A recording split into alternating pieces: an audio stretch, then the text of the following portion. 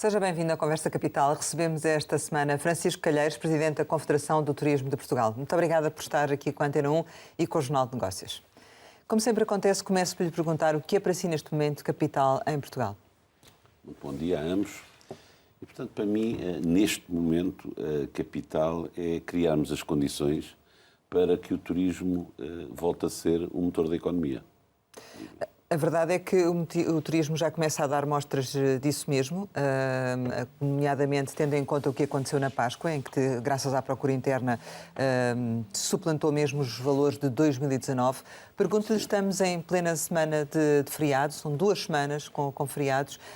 Que expectativas é que têm para este período de junho e para estas 2 semanas? Bom, eu costumo dizer que não tenho a bola de cristal, dava-me imenso jeito de tê-la, mas há questões que são completamente concretas, como seja as reservas. Não são tão concretas como de antes, porque antes da pandemia uma reserva só era considerada quando era paga. Neste momento, e depois da pandemia e depois da guerra, por causa dos múltiplos motivos que havia para se poder desmarcar as férias, as reservas só são de facto efetivadas muito pouco tempo antes das pessoas fazerem as suas férias. Agora, como diz, é uma realidade. Em abril, suplantámos 1% os números de 2019.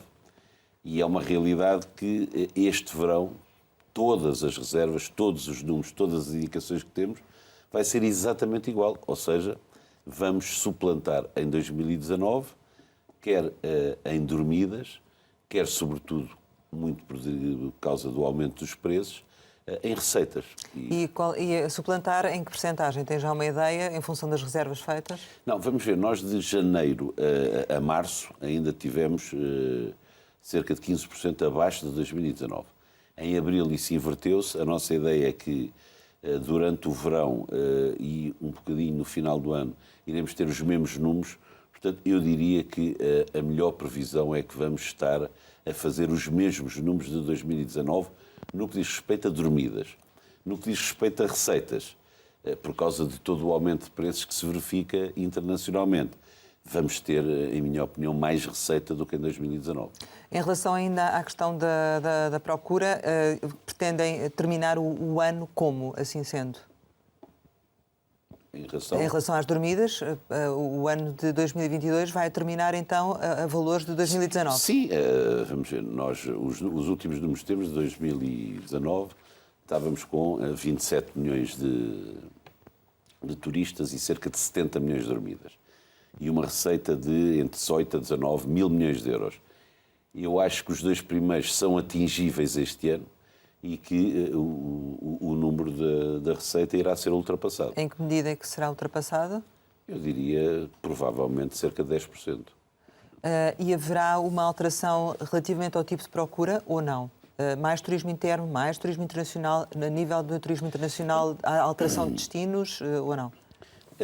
Há aqui um ponto que é importante chamar a atenção, é que o turismo interno sempre foi muito importante. O turismo interno representou, em média, 30% dos nossos turistas. Portanto, quando nós falamos que o mercado inglês ou o mercado alemão são os primeiros, o mercado interno é bem mais importante. E foi isso que aconteceu na Páscoa, E foi isso que aconteceu na Páscoa, porque eu até tenho aqui os números exatos e é talvez importante reter, na medida em que a diferença é de alguma dimensão. Nós, em abril, tivemos mais 1%, como eu tinha dito, mas este mais 1% deriva de menos 4% de estrangeiros e mais 15% de nacionais. Portanto, é extremamente importante esta diferença. E é sempre bom vermos os nossos compatriotas descobrirem ou redescobrirem o nosso país, porque de facto tem condições extraordinárias e é bom que o façam cá dentro. Portanto, estes números de abril demonstram bem o peso do turismo interno. E agora no verão? Além disso... O que é que acha que vai acontecer? As reservas que são feitas apontam em que sentido? Não, apontam também muito com uma força grande do turismo interno e os mercados tradicionais. E a recuperação dos mercados tradicionais, Sim, os tradicionais. Inglês, alemão, francês, italiano, espanhol. Normalmente são esses os nossos mercados. E muito aqui nas cidades também, mercado brasileiro e mercado americano. Também está já a vir em grande força. Uma curiosidade, os russos continuam a vir para Portugal? Não temos registros. Não muito tem poucos registro. neste momento. Muito poucos registros. E esta questão da guerra não tem impacto em termos de destinos turísticos ou alteração de interesses? Rosário, eu diria que aquelas regiões mais perto da zona de conflito, destinos turísticos por excelência, alguns deles, que tenham ou que vão ter este verão alguma repercussão.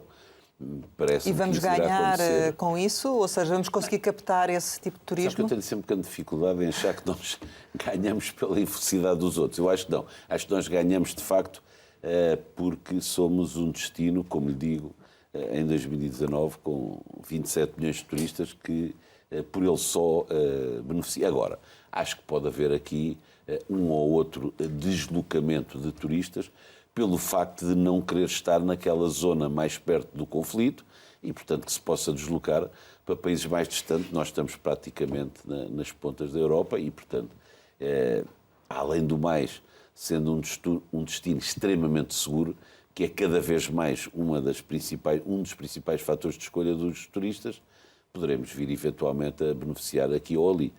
Mas acho que o grande mérito não é pelo demérito dos outros, mas é pelo nosso mérito. O Francisco Calheiro já tocou no tema da alta de preços. Ora, a guerra na Ucrânia trouxe, de facto, inflação a níveis que já não eram vistos há décadas na Europa.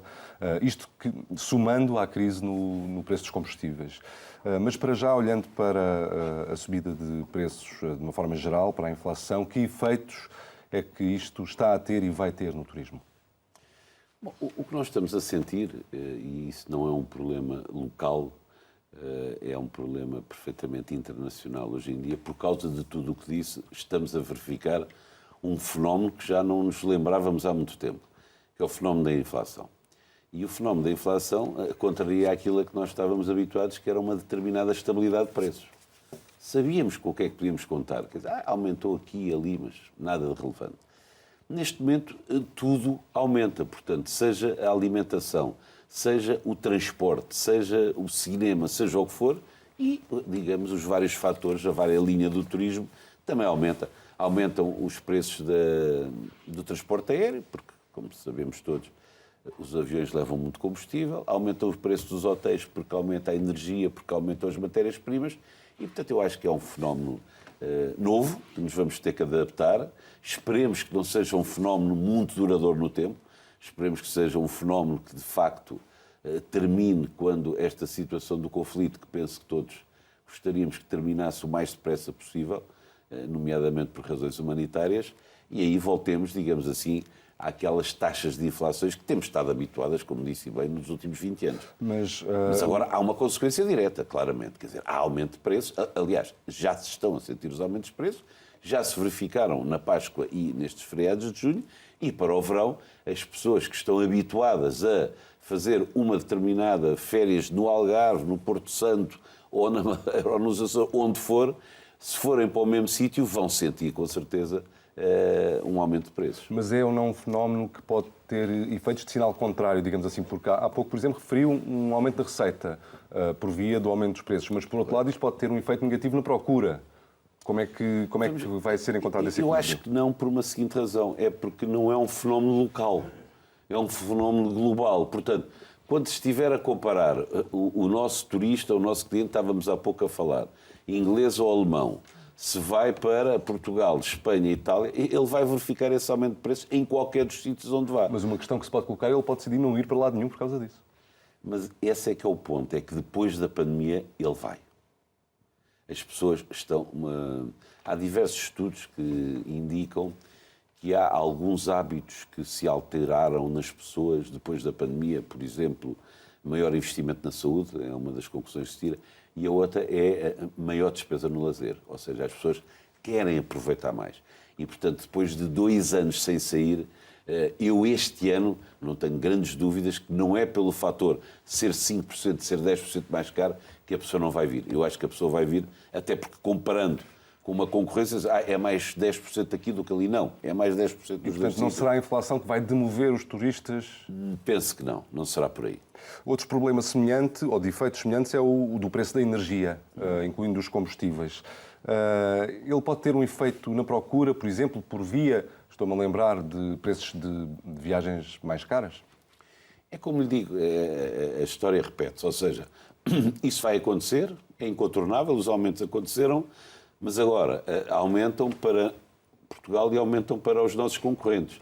E, portanto, aquele fenómeno de que, mas isto aumentou de tal maneira que eu não quero ir, eu acho que esse fenómeno não se vai verificar. Mas há outra faceta ainda da questão do preço dos combustíveis, que é o dos custos das próprias empresas de turismo.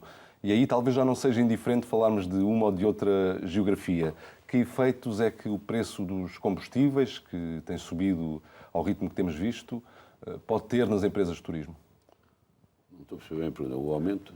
O aumento do preço dos combustíveis. Sim. Sim, porque há empresas de turismo que precisam de gastar combustível na sua atividade. Sim. Mas vamos ver, o aumento tem que ser repercutido no cliente. Aqui não há grandes, não há grandes alternativas. É exatamente isso que tem que acontecer. Ou seja, há um aumento na base e esse aumento vai ter que ser repercutido porque as margens não são assim tão extraordinárias como tal e, portanto, é preciso repercutir isso nos preços. Para terminar este tema dos combustíveis, a redução do ISP que o Governo tem decidido tem um efeito benéfico no setor? Vamos ver, depois do aumento, eu já não sei, estava a ouvir no outro dia, já não sei se aumentou 15 vezes ou 16 vezes o combustível, é uma verdadeira loucura.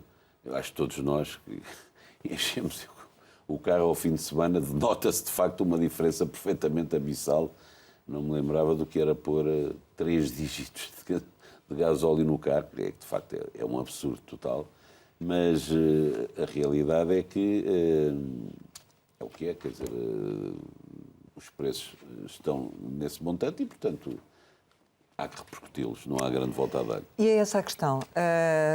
Está a ser repercutido o preço a que nível? Qual a percentagem? Ou seja, uma viagem, uma estadia no hotel, por exemplo, os hotéis tiveram que fazer aumentos de que percentagem? Há uma média que vocês tenham operado? Não se conhece essa vamos ver. Normalmente, seja um hotel, um restaurante, um rentacar, uma companhia aérea, os preços, quer dizer, funcionam com determinadas margens, uma margem X, não é?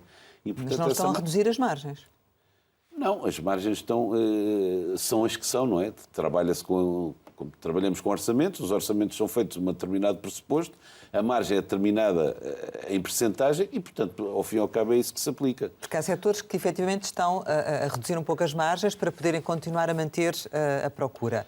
No vosso caso, aparentemente, não há problemas de procura, portanto, podem fazer repercutir todos os custos no aumento, ou não? Nunca se consegue. Nunca se consegue. Mas estamos a falar de percentagem de aumento. Não há, porque, repare, deriva de imensas coisas. Quer dizer, estamos a falar, por exemplo, no caso do hotel que está a falar, há muita dependência da energia, portanto, é uma das maiores despesas que tem, e há muita dependência das matérias-primas do custo da alimentação. E, portanto, isto tem aumentos perfeitamente variados, não é? E, portanto, nunca é fácil. E, sobretudo, quando os aumentos estão a ser muito grandes. Se fossem aumentos de 1%, 2%... Por isso mesmo. Pronto. Aí é relativamente fácil conseguir manter a margem, porque são pequenos aumentos. Agora, quando o aumento é muito grande, essa situação é difícil. Ainda agora vinha à entrada a falar com um colega seu que dizia que tinha ido ao sushi e que aquilo, uma refeição normal de 17, 18 euros, está a pagar 22. Sim, mas... Quando é uma coisa muito frequente, muito diária, muito visível, é evidente que não se consegue repercutir todo o aumento do custo de produção no custo de venda. E as outras atividades ligadas ao turismo? Elas estão a recuperar também? Estão a sentir esse impulso do turismo? Porque muitas tiveram mesmo que encerrar, não é? É curioso, Rosário, nós não temos ainda números de 2021, mas em relação a 2020 fecharam poucas empresas.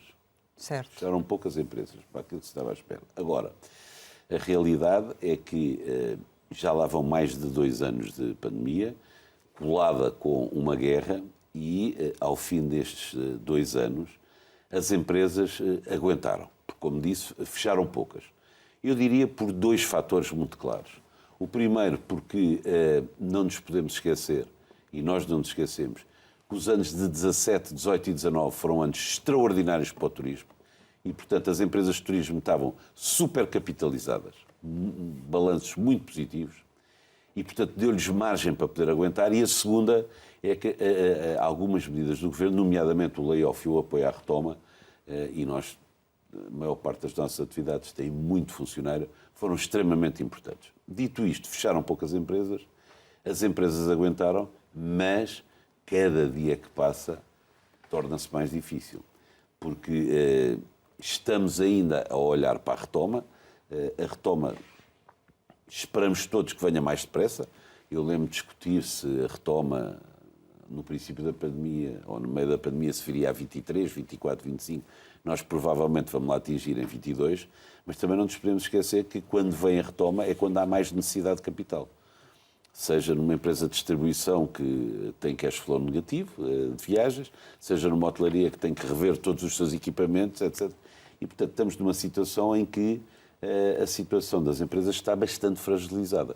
E, por isso, a Confederação tem falado muito que é fundamental capitalizarmos as empresas e todos aqueles planos que tínhamos inicialmente no PRR, onde o turismo não foi contemplado, aliás, como a maior parte das atividades, mas o plano PRT, que foi o plano de reativar o turismo, que foi feito exatamente para isso, tem lá verbas extremamente importantes, da ordem dos 4 mil milhões de euros, para a capitalização de empresas, através de apoios, através de capital de risco, através de obrigações, através de quase capital. Há uma série de instrumentos, mas que não têm sido do papel, e esses instrumentos são, de facto, fundamentais para robustecer as nossas empresas, porque a procura, como vimos, está a vir mais depressa do que aquilo que estávamos à espera. Portanto, não receberam nada desse plano? Está muito incipiente, ainda não saiu praticamente nada no que diz respeito à capitalização das empresas. A operacionalidade está difícil, temos feito chegar isso ao Governo, é importante, é muito importante que isso aconteça, porque temos que ter as nossas empresas fortes, robustas, porque a procura está muito mais rápida do que aquilo que estávamos à espera. Mas o Governo dá alguma explicação sobre porque é que o plano Reativar o Turismo ainda não saiu do papel, como diz? Bom, o plano Reativar, como sabe, ainda foi feito no anterior Governo. Pronto.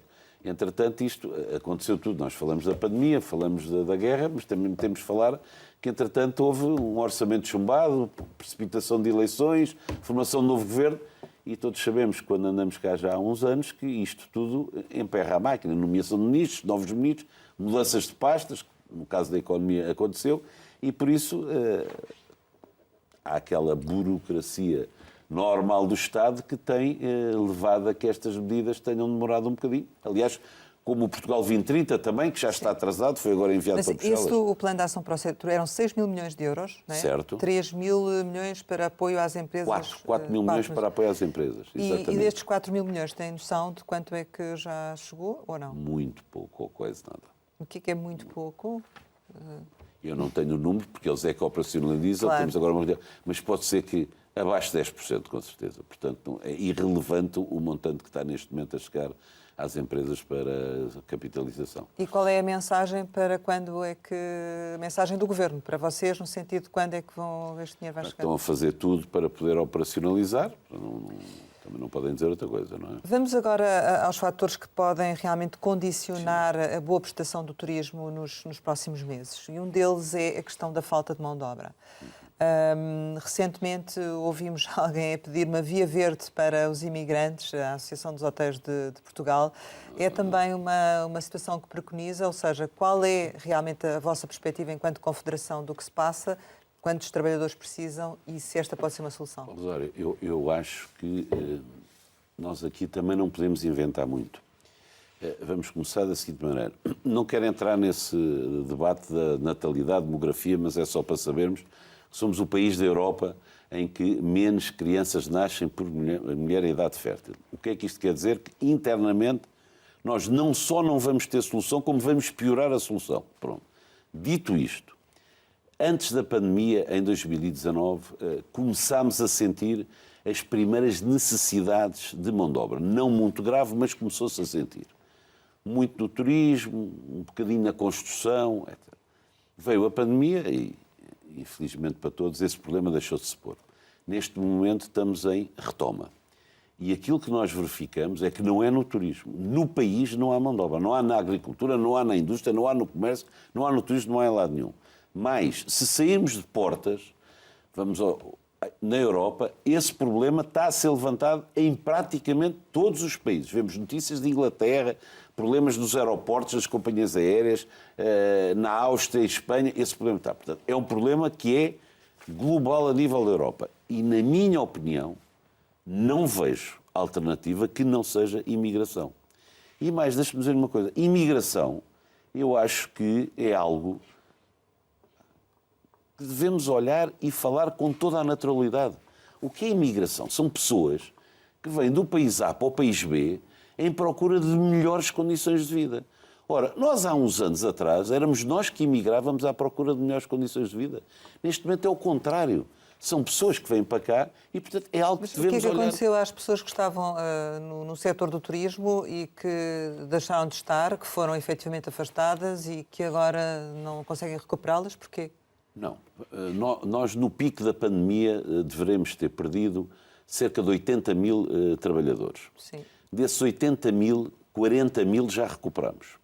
É meu entendimento que até ao verão vamos recuperar mais 20 mil. Mas o problema agora não é esse. O problema agora é que não há em lado nenhum. Portanto, eles estão empregados noutros setores e estão bem. Nós não podemos esquecer... Portanto, a imigração não vai resolver o problema a curto prazo. São pessoas que têm que vir, têm que ser formadas, eventualmente, ou não? Não há outra alternativa. Nós precisamos...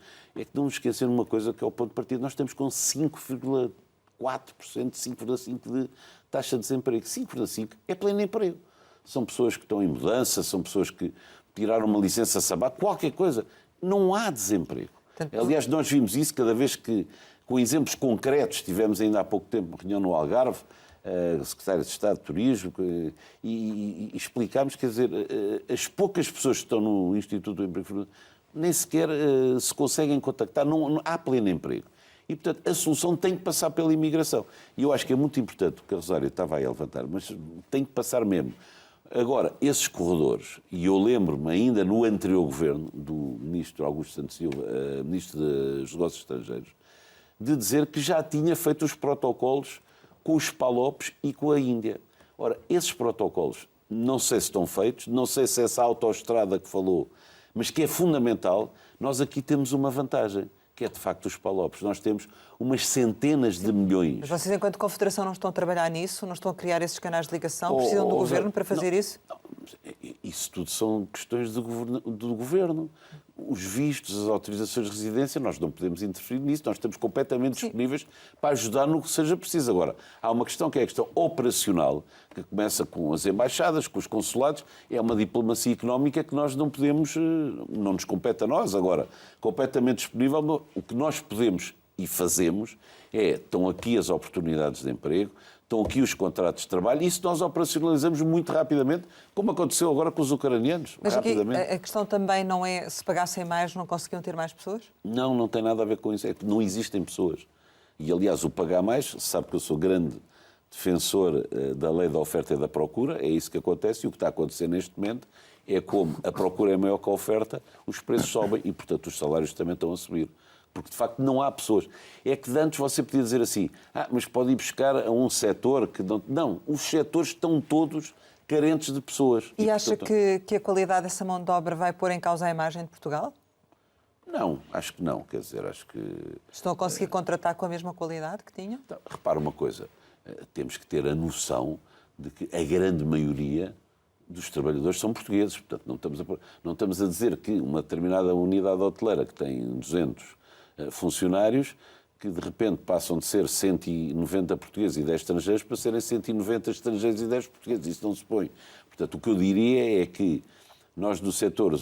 Eu falaria mais do que do setor, porque eu acho que esta questão é que é muito importante.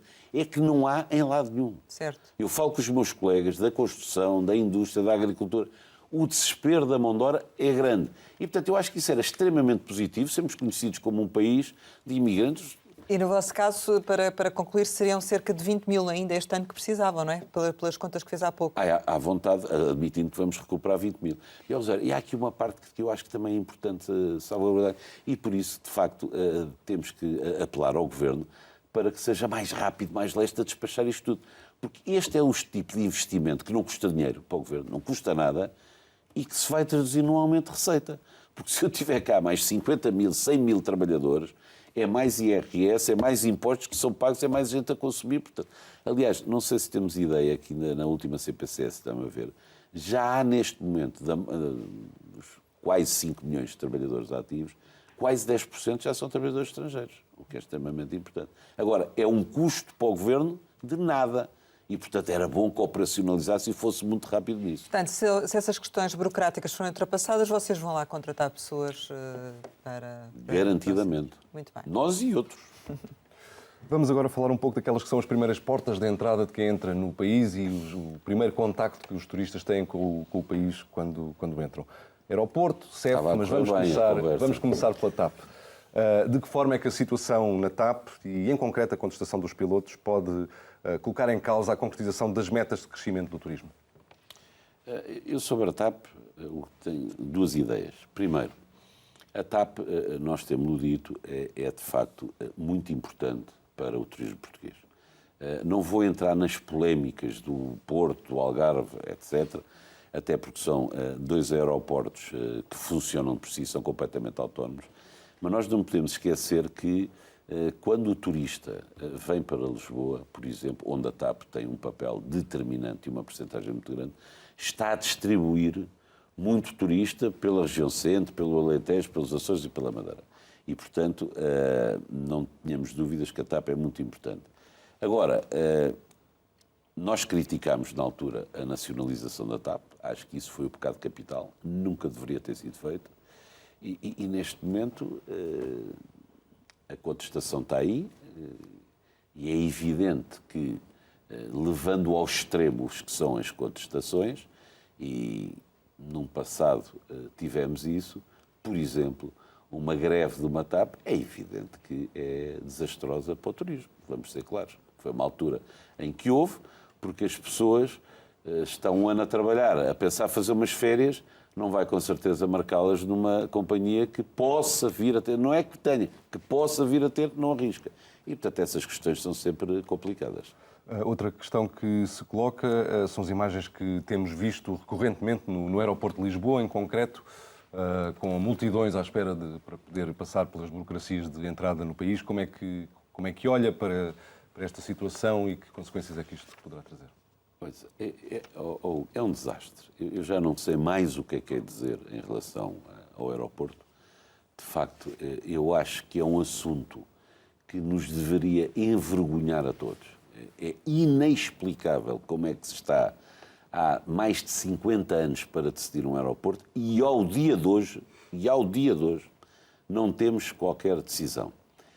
Eu posso dizer que a Confederação, depois de até que a voz lhe doesse, gritasse pelo problema do aeroporto, que tem tido várias evoluções aqui pelo caminho, não é?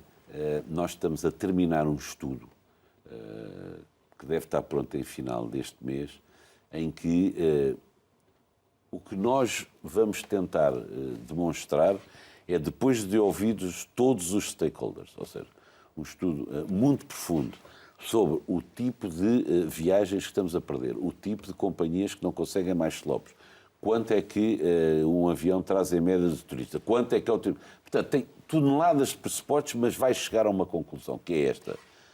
Por cada ano que estivermos a atrasar o aeroporto, qual é o impacto que vamos ter em euros? Que é isso que é importante para a nossa economia. Ainda não temos esse estudo terminado, esperamos este mês de junho tê-lo terminado, mas eu não tenho dúvida nenhuma que o impacto vão ser perfeitamente astronómicos. E, portanto, Quando diz astronómico, podemos pensar em dezenas de milhões de euros, centenas... Continua a subir. Milhares de milhões de euros. Exatamente. De perda para o país por cada ano de atraso na construção do aeroporto. Vamos ter. É impressionante, porque, de facto, nós estamos a perder... E há uma coisa que falou e bem, que não sabemos até quando é que será o impacto, mas eu lembro-me de um voo inaugural de uma companhia canadiana em que o que vinha cheio de jornalistas e, em vez de ter saído as magníficas imagens do nosso país, aquilo que saiu foram as filas à entrada do aeroporto de Lisboa. Portanto, isso é algo que é muito complicado. É a primeira entrada que o turista tem e é a pior cartão de visita que nós podemos dar. Portanto, temos um problema do aeroporto que eu já não sei o que é dizer. Mas acredita, por exemplo, num entendimento entre o PS e o PSD para fazer avançar a infraestrutura? Ouça, neste momento é uma das minhas principais prioridades, é falar com o Dr. Luís Montenegro, porque de facto a justiça seja feita que o grande atraso neste momento último foi por culpa do PSD, porque não nos podemos esquecer que o governo Passos Coelho decidiu a alternativa Montijo, quando o PS teve as eleições da primeira geringonça, decidiu manter o Montijo, e foi quando descobriram ambos, aparentemente o assunto não estava na presença de ambos, que havia uma lei em que uma pequena junta poderia inviabilizar uma estrutura fundamental para o país. E, portanto, essa lei precisava de ser alterada. E quando foi para se alterar essa lei, o PSD não se chegou à frente nesse sentido. E, portanto, aqui houve culpas e, portanto, eu gostaria muito de saber se há uma inflexão de posição do PSD nesse sentido para podermos andar para a frente. Mas é uma coisa que faz grande confusão, porque, repare, isto aqui não há... todos são culpados, porque, só para lhe dar uma ideia, o recente 4, 5 anos é culpa do PSD não termos tido o aeroporto, mas se for ler, e nós tivemos o cuidado, o relatório do Programa do Orçamento de Estado para 2022, na página 324, depois de fazer uma série de considerações sobre as consequências da pandemia, uma crise muito grande, desse modo, eu estou a ler, a solução dual composta pelo aeroporto Humberto Delgado e o novo aeroporto do Montijo deixou de ter a mesma pressão. Isto está escrito para o Orçamento de 2022. E escrevam, sou eu que digo, que em 2022, no verão, a bagunça no aeroporto vai ser enorme. Era isso que eu lhe ia perguntar, é que há um problema imediato e já toda a gente reconheceu que a procura acabou por suplantar aquilo que se previa. Exatamente. E, portanto, as infraestruturas não estão preparadas para este verão, pois não? Do aeroporto. Vamos recordar o que aconteceu em 2019, que de facto houve muita coisa que não correu bem, porque o pico de turistas é extremamente grande e vamos lá ver, o aeroporto anda a tentar esticar há 50 anos. É evidente que nós, a Ana faz parte da nossa direção, temos tido contactos permanentes com a Ana, está-se a tentar fazer cada vez mais esticar. Eu acho que nenhum de nós se lembra de ir ao aeroporto e ele não estar com qualquer obra. E, portanto, vamos tentar continuar, é isso que a Ana tem estado a fazer, tentar aumentar a capacidade. Mas o espaço é limitado, não estica e, portanto, temos que ser muito claros que a decisão, ou a não decisão do aeroporto, porque há uma questão que é esta. Sim. Quando eu decidir o aeroporto, ele não está pronto para o ano. A questão, Temos que ter essa noção. e não estaria pronto este verão. Exatamente. A questão é, parámos. não houve preparação para este verão. Não, Rosário, não. Nem para esta retoma. Não, nem para este verão, nem para o verão passado, nem para nenhum. Como lhe digo, está escrito no orçamento que não há pressão. Está escrito para 2022. Portanto, mas vamos ver uma coisa. Eu até admito que as pessoas pudessem pensar que em 2022 não íamos ter a procura 19. Eu acho isso perfeitamente legal. Mas vamos ser claros. Se nós hoje decidirmos, coisa que estamos ainda a falar em estudos que ainda não foram adjudicados, hoje vai começar a construir o aeroporto, é no mínimo 3 anos. Portanto, ultrapassava qualquer hipótese da retoma ser em 22, 23, 24 ou 25. Não é aceitável mais que não haja uma decisão do aeroporto. Não é aceitável. Mas ainda há tempo para fazer alguma coisa para minimizar os impactos deste verão? Rosário, é isso que a Ana tem estado a tentar fazer. Mas temos que ser muito conscientes. Se vamos ter uma unidade sem qualquer problema nos picos, não, isso não é possível.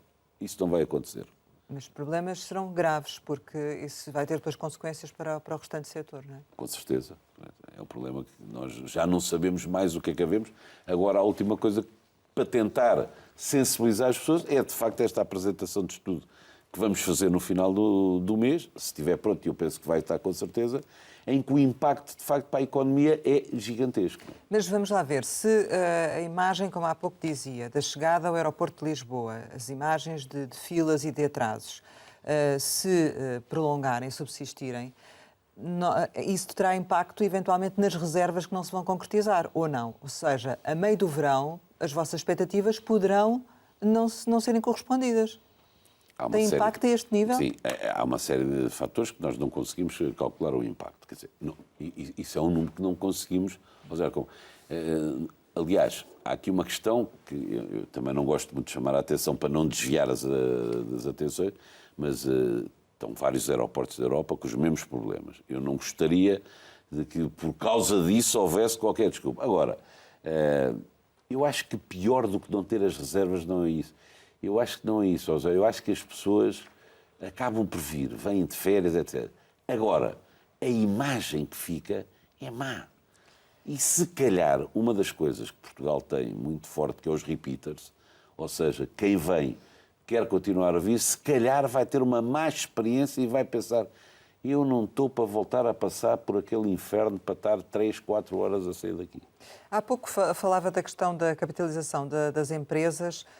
Que impacto é que poderá ter o aumento das taxas de juros nas empresas do turismo a vir a acontecer? Há muitas empresas que estão dependentes de empréstimos que fizeram durante esta pandemia e poderá aí ter alguma consequência? Isso é um problema nacional, não é? Quer dizer, a taxa de inflação vai-se repercutir nas taxas de juros, vê-se na taxa da dívida pública que já está a aumentar e, portanto, as taxas para as nossas empresas também vão aumentar. O que eu acho é que é fundamental, insisto, na questão da capitalização, porque depois a coisa mais importante é que haja clientes, é que haja vendas. E isso antecipou-se bastante e nós vamos ter, digamos assim, um ano 2022 muito parecido com o que tivemos no ano 2019 e, portanto, não tenho dúvida que as empresas irão gerar o cash flow para poder pagar esse aumento das taxas de juros nos financiamentos que têm. É curioso que durante a crise pandémica o turismo foi um dos setores que mais se ressentiu, e já falámos sobre isso. E na altura falava-se muito e criticava-se a dependência do setor do turismo. A verdade é que agora a Comissão Europeia vem dizer que efetivamente as previsões económicas para este ano, ou seja, Portugal vai ter um crescimento superior a outros países da zona euro e assente sobretudo no turismo. Que resposta é que tem a dar àqueles que criticaram essa dependência, que fez afundar, mas que agora faz recuperar? Eu acho que temos que ter a noção do seguinte. Quando se fala que o país está muito dependente do turismo, temos que ter a noção, há várias maneiras de poder calcular a percentagem do PIB que depende do turismo, mas estamos a falar de qualquer coisa como 15%. Há 85% que não dependem minimamente do turismo. E, portanto, o peso é este, não é outro, é 15%. Agora, aquilo que eu digo é que o turismo tem uma atividade que é muito transversal, consegue mexer muito com a economia. Como eu digo, além de ser a maior atividade exportadora, é uma atividade exportadora que paga IVA, porque é consumida cá dentro. Agora, o que eu gostaria, há muito tempo disse isto, era que o turismo tem tido taxas de crescimento muitíssimo grandes. O ano 17, 18 e 19 foi, de facto, anos de crescimento gigantescos. O que eu gostaria era que inspirassem-se no turismo para crescerem nas outras atividades como o turismo está a crescer, e se estivermos a crescer a taxas de 6, 7, 8%, amanhã podemos ser considerados ou conhecidos como os tigres da Europa, o que era extremamente favorável, porque aquilo que nós, país, precisamos é de crescer mais do que o que temos vindo a crescer até agora. Mas parece que há aqui uma certa falta de vontade política em assumir a relevância do turismo e quanto é ele importante para o crescimento económico ou não? Rosário, nós costumamos dizer que nós não precisamos que o Estado faça o nosso trabalho, só não precisamos é que ele o complique. Agora, olha, deixa-me dar um exemplo que é relativamente recente, que é aquelas classificações do World Economic Forum que faz normalmente a classificação dos países e depois a classificação das atividades. Portugal estava, se não me engano, em números de 2019, em 32º lugar no índice de competitividade e dentro de Portugal o turismo estava em 12º, ou seja, muito mais competitivo que o país. Nós agora baixamos a última classificação no turismo, vamos para, penso que 16º, mas convinha perceber porquê.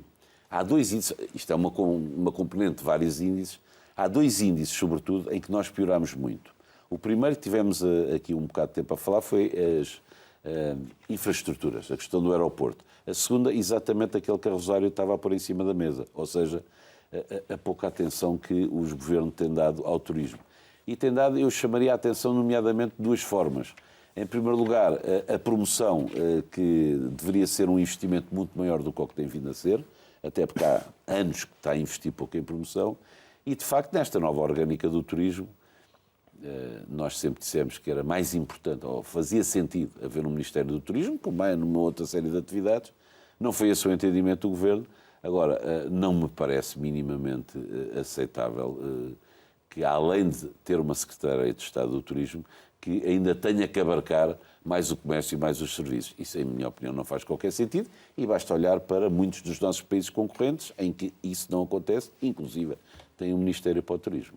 Em relação aos apoios do Estado, há pouco o Francisco Calheiros alertava que o plano Reativar o Turismo não saiu do papel, foi a expressão que usou, mas olhando de uma forma geral para aquilo que são os apoios desenhados pelo Estado para o setor, independentemente de terem saído ou não do papel, em volume eles são suficientes? Não, eu chamei a atenção há bocado, ou se bem se lembra, que houve um apoio que foi extremamente importante, que foi o layoff e apoio à retoma. O layoff depois derivou em apoio à retoma. Esse, no coração da pandemia, foi extremamente importante e eu acho que esse facto, aliado à boa capitalização das empresas antes da pandemia, levou a que a taxa de desemprego, como sabe, ao longo da pandemia nunca cresceu muito. Nós não nos podemos esquecer que na crise financeira nós estávamos a falar em 17, 18% de taxa de desemprego. E eu penso que durante esta pandemia nunca ultrapassou os 8%. E aí, de facto, no caso do turismo, foi a componente das empresas e foi a componente desse apoio do Estado, do layoff e do apoio à retoma. Foi muito importante para nós. E, vamos lá ver, nós nem sequer, como é óbvio, as empresas têm que sobreviver por si. Agora, quando há uma crise em que temos quebras de 60% num ano, é incomportável que isto não tenha que ter, digamos, esta situação que houve como o do layoff. Porque vamos ver uma coisa, neste caso o Estado tem que fazer uma opção muito clara. Ou faz de facto este tipo de apoio, ou então são uma série de empresas que fecham, com as consequentes implicações a nível da segurança social. O quadro fiscal não seria também ele próprio uma forma de ajudar as empresas a crescer e a economia do país a crescer? Bom, aí entramos num capítulo que é fundamental, ou seja, nós não podemos, em Portugal, continuar a ter a carga fiscal que temos, seja para as empresas, seja para as famílias. É incomportável. De facto, somos dos países da Europa que mais taxa, mais custo fiscal temos, e se aliarmos isso aos custos de contexto que temos no nosso país, nomeadamente no turismo, que já foi apelidado em termos como o setor das taxas e das taxinhas, tal é a proliferação que temos, e, portanto, nesse sentido, nós não conseguimos ter. E há algo que a Confederação do Turismo tem chamado muita atenção, que é a questão de que, à semelhança do que se fizeram as empresas nos últimos 20 anos, tem que haver uma reforma do Estado. O Estado tem que se reestruturar, vamos lá ver. Não podemos continuar a fazer os orçamentos de Estado de baixo para cima, ou seja, eu vou ver quanto é que gasto, que é o contrário do que as empresas fazem. Eu vou ver quanto é que gasto e vou ver qual é a receita que preciso. E depois aumento impostos. Isto não pode ser assim. E ainda há pouco tempo estava a ver um líder de outro país que dizia: o meu grande compromisso é diminuir a despesa do Estado. E é isto que o Estado tem que ser. Porque senão depois não é possível. Porquê é que o Estado não diminui mais impostos? O Estado perde dinheiro, vamos chamar assim. Tem déficit todos os anos. Portanto, a única maneira é o Estado tem que olhar para si e tem que se reformar como as empresas fizeram. Tem que se tornar mais eficiente, tem que se tornar mais focado. E, portanto, não podemos... O Estado, nos últimos 20 anos, todos os anos aumenta a sua despesa. Isto não pode acontecer, tem que acabar. E temos que fazer, de facto, eu só posso gastar até este montante e tenho que me reestruturar. E há situações que... olha, eu dou sempre um exemplo, que é sempre o mesmo, mas que é tão pequenino e que toda a gente percebe. Qualquer dia deixa de estar em uso, porque só os mais antigos é que se lembram, que eram dos notários. O inferno que era fazer uma escritura há 30 anos atrás e a facilidade que é hoje em dia desde que tudo foi privatizado. paga-se, tem-se aquilo, à hora que se quer, não há dificuldade nenhuma. Este é um pequeno exemplo de muitas coisas que poderiam ser feitas na reforma de Estado. Para terminar este capítulo, também já passámos aqui pelo Portugal 2030, ainda embora de forma marginal, mas o setor pode ainda contar com as verbas do Portugal 2030 ou o atraso vai comprometer os objetivos do turismo? Ele já está atrasado, não é? Certo? Já começa a atrasar. E, portanto, vamos ver como é que vai evoluir. Sabemos que, neste momento, essas análises estão feitas. Eu penso que o ano máximo que Portugal operacionalizou fundos foi cerca de 3 mil milhões num ano. Agora, se juntarmos o Portugal 2030, o PRR, etc., estamos a falar em 6 mil milhões todos os anos. Tenho as maiores dúvidas que haja capacidade para o fazer, embora seja... Mas, como lhe digo, as empresas de turismo não estão muito à espera desses apoios. Esses apoios são importantes, mas é preciso que se operacionalize. O que o Estado tem que fazer, mas que decida a questão do aeroporto, decida como é que vai trabalhar com a TAP, ponha um ponto final no que se passa com o CEF, ponha o produto da capitalização a funcionar das empresas, faça a promoção que há 5 anos que não está a fazer. Nós não pedimos muito mais, só queremos que não atrapalhem, mais nada. Nós sabemos fazer bem o nosso trabalho e isso está demonstrado no passado, penso eu. E atrapalha o facto do Primeiro-Ministro ter vindo pedir aumentos de 20% do salário médio nos próximos 4 anos? Rosário, não é uma questão de atrapalhar. Eu aí levava para uma outra questão, que é, eu acho que o anterior governo, e foi público, as manifestações que as confederações tiveram praticamente ao sair da concertação social, eu acho que este novo governo tem que, ao contrário do que fez o outro, dar importância à concertação social que ela tem, e não o tem dado. E, portanto, correu mal a anterior legislatura e eu acho que também não está a começar muito bem, porque esse tema, como a Semana dos 4 Dias, como muitos outros, nem foi aflorado, nem agendado numa concertação social. Ora, esta concertação social, que já foi elogiada e muitas vezes e por muitos organismos, é o local próprio onde está o governo, onde estão as entidades patronais, onde estão as entidades sindicais, para se discutir esse tipo de problema. Mas o setor tem condição para fazer isto ou não? Rosário, eu acho que, vamos lá ver uma coisa, porquê 20? Porquê não 30 ou 10? Qual é o racional? Eu, quando puserem-me uma questão dessas à frente, a primeira coisa é dizer, mas porquê 20? Olha, vou-lhe dar um exemplo. Estávamos há pouco a falar da inflação. Não sabemos onde é que vai parar. Olha, vamos pôr 10% de inflação ao ano. 20% de aumento de salários numa legislatura. É péssimo. É pouco. Qual é o critério? Quer dizer, eu acho... Mas o setor não tem uma meta, então, também. Diga? O setor também não estabeleceu uma meta. Não. O que nós defendemos em concertação social e o setor do turismo, como os outros, vamos definir critérios objetivos. Sim, senhora. Objetivos, crescimento da economia, produtividade, inflação. Sim. Temos que entrar com... Agora, quando se diz 20%, mas 20% baseado em quê? Qual é o racional? Qual é a lógica? Não está nada discutido. 20% pode ser imenso, 20% pode ser pouco. O que nós podemos fazer é definir critérios objetivos. E aí sim, aí é fácil. Olha, mas vamos definir estes critérios e vamos fazer um ponto acima deste critério. Vamos fazer 2 pontos... Mas que critério? Porquê 20 não vejo racional? Mas eu gostava de conhecer era o vosso critério, porque é óbvio que o salário mínimo cada vez está mais próximo do salário médio. Certo. E no turismo isso também não é exceção. Portanto, qual é o vosso critério para aumentar o salário médio? O que é que vão fazer? Rosário, disse-lhe o que diga, vou-lhe dizer o que disse há pouco. Eu acredito muito na lei da oferta e da procura. E aquilo que está a acontecer hoje e vai continuar a acontecer nos próximos meses e esperemos que anos, é que a procura é muito maior que a oferta. E, portanto, esse efeito vai alavancar os salários. Já está a alavancar e vai continuar a alavancar. E o aumento do salário mínimo contribui para essa alavancagem? Não, é como todos os outros. Repara, o problema aqui tem um trabalhador a receber salário mínimo, tem um trabalhador a receber o dobro do salário mínimo. A pressão é em cima dos dois. Não se consegue encontrar. E hoje em dia, inclusive, os grandes grupos dizem-no publicamente, nenhum paga salário mínimo. Mas o setor da restauração não pressiona negativamente essa média? Oh, Rosário, vamos ver, o setor do turismo é um setor extremamente grande, não é? Vai desde a questão da aeroportuária até aos rentacares, companhias aéreas, hotelaria, restauração, agências de viagens, golfos, animação turística.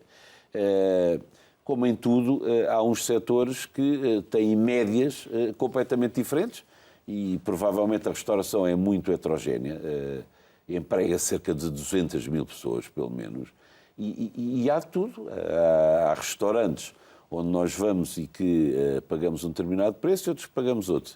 E os restaurantes também pagam aos seus colaboradores de uma forma diferente. Mas essa questão agora do salário médio vai ser discutida no acordo de rendimentos. Vão falar sobre isso? Como sabe, ou penso que sabe, o acordo de rendimento ainda não foi agendado minimamente na concertação social. Portanto, temos que saber o que é que se passa. E era isso que eu lhe ia dizer. Não ajuda estarmos a falar desses temas todos. Acordo de rendimento, acabou de falar, aumentos de 20%, semana de 4 dias. Sabe do que é que está a falar? Se me puder dizer, eu agradecer. O que é semana de 4 dias? Eu não sei. Nunca foi agendada. Mas independentemente do Governo falar nisso, o setor tem ideias próprias, ou seja, já terá discutido entre si a semana dos 4 dias, já terá discutido entre si o salário médio, portanto, vocês também não precisam que o Governo venha dizer o que é que tem que fazer. Não é isso, não. Temos que ver o que é a priori, digo eu, um setor de turismo não está com certeza a discutir a semana de 4 dias. Então, uma atividade que é 24 horas por dia, 7 dias por semana, 365 dias, está a discutir 4 horas. Claro que não. Mas, a seguir a uma situação de pandemia em que o teletrabalho veio para ficar e que nos estamos a adaptar ao teletrabalho todos, estamos a discutir a semana. Não faz qualquer espécie de sentido. Agora, é para discutir, mas tem alguma ideia do que é que estamos a discutir, do que é que se está a falar, sem saber o que é que se está a falar. E falámos há pouco. E qual é que é a proposta que o Governo tem para ele? É baixar 20% o IRS e o IRC para ajudar também? Ou é só... Mas isso entraria na concertação social? Ou seja, aceitariam esse tipo de medida como moeda de troca para outra? Não é como medida de troca. Em sede de concertação social? Saber o que é que... Rosário, não sei se sabe, eu por acaso... o trabalho concentrado já existe. Há mais de 10 anos o trabalho da legislação. Agora, aquilo que parece... E repare bem, o ridículo disto, aquilo que parece, porque não está nada dito, é que não é isso que se pretende. Não é o trabalho concentrado, é a semana de 4 dias, ou seja, mantendo as 8 horas por dia, não é? E pagando o mesmo salário. Mas é isso que está em cima da mesa. Nós nem sabemos o que é que estamos a discutir. Portanto, acho um bocadinho difícil. E acho, Rosário, isso é uma parte. E acho mesmo que... Repare, quando nós temos uma ideia e queremos construí-la, vamos discuti-la no fórum próprio. Não vamos todos estar a dar palpites e a fazer coisas. De repente, quando essa ideia vai ser discutida, já estão tão extremadas posições de posição. Não, eu não aceito isto, eu não aceito... Mas não acha que é esse o propósito? Não acha que é esse o propósito? Não, acho que não faz sentido. Então é querer anular totalmente a concertação social e não são essas as palavras do Primeiro-Ministro. Portanto, acho que não. Acho que tem havido aqui alguma distração, mas acho que... O comboio vai encarrilar, para utilizarmos aqui umas linguagens mais turísticas, brevemente, e acho que o Governo vai dar, com certeza, a importância à concertação social que ela deve ter e que é um instrumento poderoso para o Governo, não é? Portanto, não estão no ponto em que estiveram já uma vez de se levantarem da mesa e saírem? Não. Isso foi... E em relação à agenda do trabalho digno, ela avançou sem acordo? Tem impactos? Tem, vamos ver. Mais uma vez... O que é que acontece? Esse foi um dos motivos que levou, digamos assim, a que as confederações se levantassem, porque as duas potências já não era discutir, quer dizer, os assuntos iam diretos, não é? Para a Assembleia da República nem sequer eram discutidos em sede de concertação social, houve aqueles 3 pontos. O que aconteceu, que tinha a ver com o trabalho suplementar, com as compensações e com a arbitragem, que posteriormente vieram outra vez a ser postos em cima da mesa. Mas, eu relembro que aquele tema era a agenda do trabalho digno e valorização dos jovens. Nada ou muito pouco se discutiu sobre a valorização dos jovens. E isso era algo que, na opinião da CTP, era determinante. Porque uma das questões, além da natalidade, já vimos que não está a correr bem, temos outra questão que é a questão de retenção e valorização de jovens. Ora, nós, como qualquer país, investimos 20, 22, 23 anos num jovem. Porque depois vai para o mercado de trabalho e começa a pagar os seus impostos e há um retorno. Ora, o que nós estamos a verificar, por falta de oportunidades, muito provavelmente para esses jovens, Eles estão a estudar em Portugal e está o país a investir durante 20 e não sei quantos anos na sua formação e depois, quando chega ao mercado de trabalho, vai para fora, onde vai pagar os seus impostos lá fora. Ora, este era um tema que, em nossa opinião, deveria ter sido muito mais discutido, que não foi, do que propriamente estar a discutir uma série de coisas. Eu para já acho o título de trabalho digno péssimo, acho que não sei o que é trabalho, quer dizer, no caso do turismo nós não temos trabalho indigno. Aquela questão das contribuições sociais para as empresas que recorrem à contratação a prazo está ultrapassada ou não? A questão do agravamento das contribuições sociais para as empresas que mais recorrem à contratação a prazo está ultrapassada ou não? Ultrapassada não. Continua vivinha da Costa, não é? Estamos à espera do que é que vai acontecer. É um bocadinho complicado, já fizemos fazer chegar isso ao Governo. No nosso setor há duas questões muito claras. A primeira, não convém confundir precariedade com sazonalidade. Não tem nada a ver. Nós somos e vamos ser uma atividade sazonal. Segunda questão, se tiver tempo para ver na nossa atividade, como é que nós vamos comparar atividades hotéis de resort, hotéis de cidade? É que a componente é tão diferente e a rotatividade é tão diferente do mundo. Qual é que vai ser o padrão? Padrão de turismo? Vamos pôr o quê? Agências de viagens, com renta-caros, com hotéis? É tão diferente que... Não sei como é que isso vai ser feito, mas vamos esperar para ver, não é? Mas em termos gerais... Mas a grande questão, sim. E isto é uma questão que eu gostava que as pessoas não se esquecessem. Há uma coisa que é precariedade, perfeitamente identificados o que é. Outra questão é sazonalidade, não tem nada a ver com precariedade. Mas nota em termos gerais que tem alguma expectativa e que está relativamente àquilo que serão as respostas do Governo e, portanto, há aqui ainda alguma margem de manobra, benefício da dúvida que dá relativamente à atenção ao setor, ou não? Rosário, eu já me conheço há uns anos, eu sou um otimista por natureza e, de facto, aquilo que eu tenho para dizer é o seguinte. Este Governo tem 4 anos e meio de Governo, tem uma maioria absoluta e tem fundos como nunca foram vistos. Eu não posso pôr outra hipótese que não seja que este Governo ponha, de facto, o país a crescer, porque tem condições como penso que dificilmente alguma vez voltará a haver. E, portanto, como sou um otimista, tenho grande esperança que com estas condições, de facto, seja desta vez, finalmente, que vamos convergir para a Europa e possamos estar a dizer daqui a 4 ou 5 anos que, de facto, o país cresceu, convergimos e estamos cada vez mais na média europeia.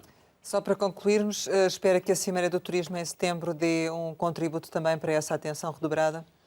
Esperamos mesmo que sim. Dia 27 de setembro, como há 10 anos fazemos, temos a nossa Cimeira. Convido todos que quiserem estar. A Cimeira vai ser, já está toda fechada. Vamos ter Presidente da República, Primeiro-Ministro, Ministro da Economia, Ministra de Estado, Ministra do Trabalho. Vamos ter oradores importantes como o Paulo Portas. Vamos ter vários empresários do setor. Sente a falta de ter um Ministro do Turismo nessa Cimeira? Ouça, eu já lhe disse há pouco, eu acho que faz sentido, na minha opinião, eu acho que faz sentido. Se de facto o turismo é o motor da economia, se de facto é por causa do turismo que estamos a crescer, então por que não ter um ministro sentado à mesa do Conselho de Ministros? Não vejo qual é. Não vamos entrar naquela... mas é melhor um bom secretário de Estado, um mau ministro. Não vamos entrar nisso. A opinião é esta. De facto, o turismo é determinante para o crescimento da economia. Se sim, e porque é muito transversal. E repare, nós o problema, porque e isto é importante que se diga, não é só para... Porque é que nós precisamos ter um ministro do turismo sentado no Conselho de Ministros? Os meus problemas não têm sido com a economia, com a Secretaria de Estado do Turismo ou com o Turismo de Portugal, que é o órgão online com que está. Nós temos tido muita sorte com este órgão. Aliás, temos uma Secretária de Estado que é uma máquina, devo-lhe dizer. Não há qualquer problema. O nosso problema é sempre o transversal. O nosso problema é com as finanças, o nosso problema é com as infraestruturas, o nosso problema é com a administração interna. Porquê? Finanças, impostos, infraestruturas, aeroporto e TAP, administração interna ao CEF. O problema não é no nosso line. Aliás, eu devo dizer que o turismo, nos últimos anos, eu diria que é a melhor parceria público-privada que nós temos. Não me queixo do que se passa no nosso line. Agora, quando sai deste line, a coisa fica mais difícil. Ajudava a ter um ministro do turismo sentado no Conselho de Ministros a defender o turismo? Eu acho que sim. Chegamos ao final e, como habitualmente, costumamos lançar algumas palavras para uma resposta rápida. Primeiro, não é uma boa palavra, é uma frase. Vá para fora, cá dentro. Vá para cá. Um ótimo slogan. TAP. Determinante para o turismo português. Maioria absoluta. Estabilidade. CDS. CDS. Tem que pensar.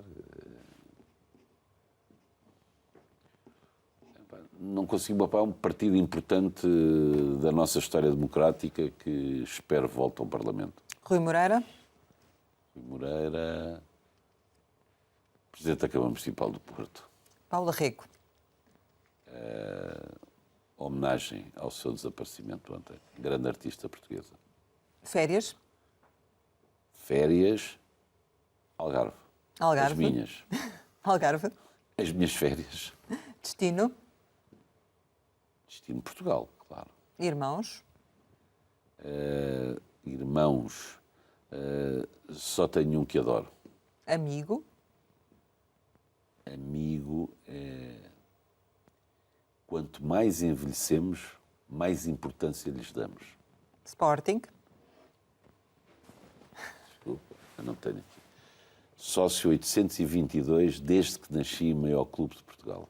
Portugal. O melhor país do mundo para se viver.